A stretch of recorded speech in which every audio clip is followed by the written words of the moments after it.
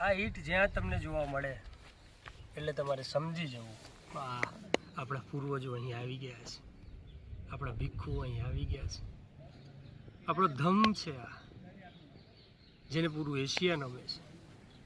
આ આપણી સંસ્કૃતિ છે.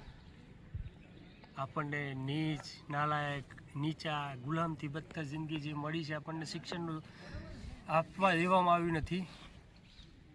એટલે આપણે જે લોકોએ આપણને કીધું એ આપણે માની લીધું છે, પણ આપણે એ નથી. આપણે વિશ્વગુરુ જે બુદ્ધ છે એના વારસદારો છીએ. આપણે સમ્રાટ અશોકના વારસદારો છીએ. આજે પણ સમ્રાટ અશોકના પથ્થર પર લખાયેલ શિલાલેખ ચીખી ચીખીને કહે છે કે અમે એ સમ્રાટ અશોકના વંશજ છીએ. અને એટલે જ માન્યવર કાંચીરામ સાહેબે એ દિશા બનાવીને માન્યવર કાંચીરામ સાહેબના શબ્દો છે કે મુझे सम्राट अशोक वाला भारत बनाना है जहाँ मानव मानव समान मानवता महक हो ना कि